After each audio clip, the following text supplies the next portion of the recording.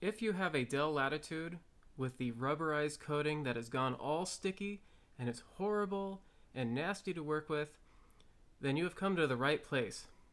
I'm sure you were like me. You looked everywhere online, including YouTube. You can probably see lots of videos of people trying different ideas, mostly turning out really bad. Most of the ones I saw would either leave the rubber feeling stickier or it would actually completely ruin the rubber surface.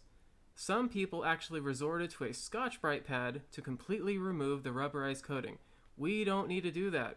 In this video, I'm going to show you how you can bring the rubberized coating back to as close as you can to new.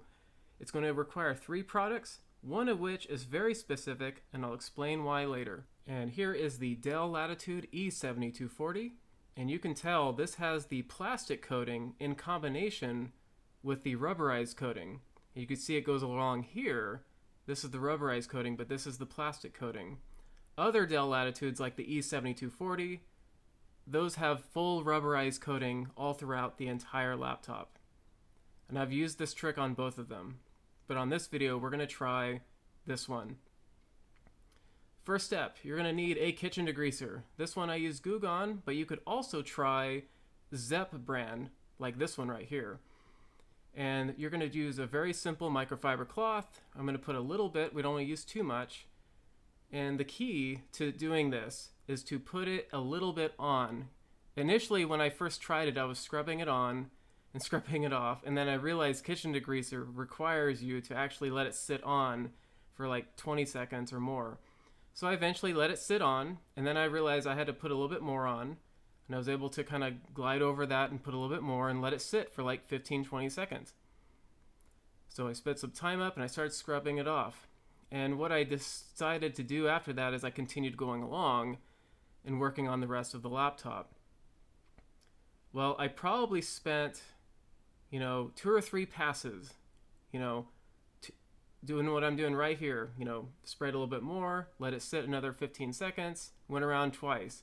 And then I worked on to the next side. I spent probably 20 seconds there, followed by scrubbing it off, reapplying some more, letting it sit 15 seconds, and then scrubbing it off.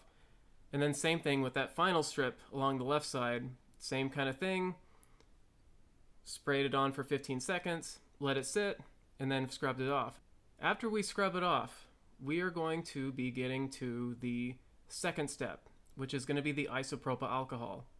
So now we get our other cloth, we get our isopropyl alcohol, and we're going to probably scrub this down once. We're going to put a little bit on the cloth right here until we get the rest of that kitchen degreaser residue off. We don't want to use the third step, which is the really important step. At the end, we don't want to have anything on that surface when we get to that final step. So you can see when you finally get done cleaning it here, the isopropyl alcohol makes the rubber feel still fairly tacky, but now the final step is the most important one. This is classy. This is really good for rubber. This is really good for plastic and really good for leather. It just does amazing things, but it's not like an Armor All. It doesn't leave like a like a shiny surface that a lot of those car vinyl dash protectors do. But this is very different. This makes the surface very slick and very smooth without any residue behind. This is the key. So now I'm going to take my microfiber cloth. I'm going to put a little bit on. I probably put a little bit. I don't know if you can tell I'm doing a voiceover, so this sounds kind of funny. Okay, so then I put my finger right there to put a little bit of pressure and focus on that one spot. And then what I did is I put it on and I went around the edges, but I also spent some time applying it in, and then I put it on other places too. I mean, you could put it on the whole thing if you want, because it's really good for plastic, but you want to spend some time kind of massaging it in. And after I massaged it in, I probably spent like a minute probably doing this. Eventually you'll get to the point where you wipe it off. So we get to the point right here where I get to wipe it off. And what's nice about this stuff is it does wipe off really well. It doesn't leave streaks. Now, this will work better if you put more coats on it, but when I got to this point, it was still pretty good. In fact, I have actually previously cleaned this before. This is probably this is the third time through now. Like I said, the more you do that with those steps, the better it's going to get. So I'm going through the cracks. I'm getting any of the leftovers I got on some of the keys. Now, keep in mind, this is actually a dead laptop. I end up replacing with an E7250, but I end up getting rid of it later. So I still have the old laptop, but now that rubber is so smooth now.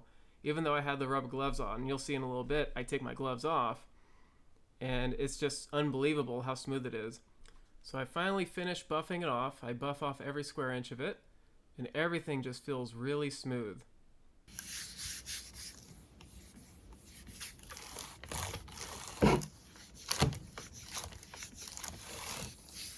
I would like to give a shout out to Johnny at Premier Detail and Polish, who has actually hooked me up with this product.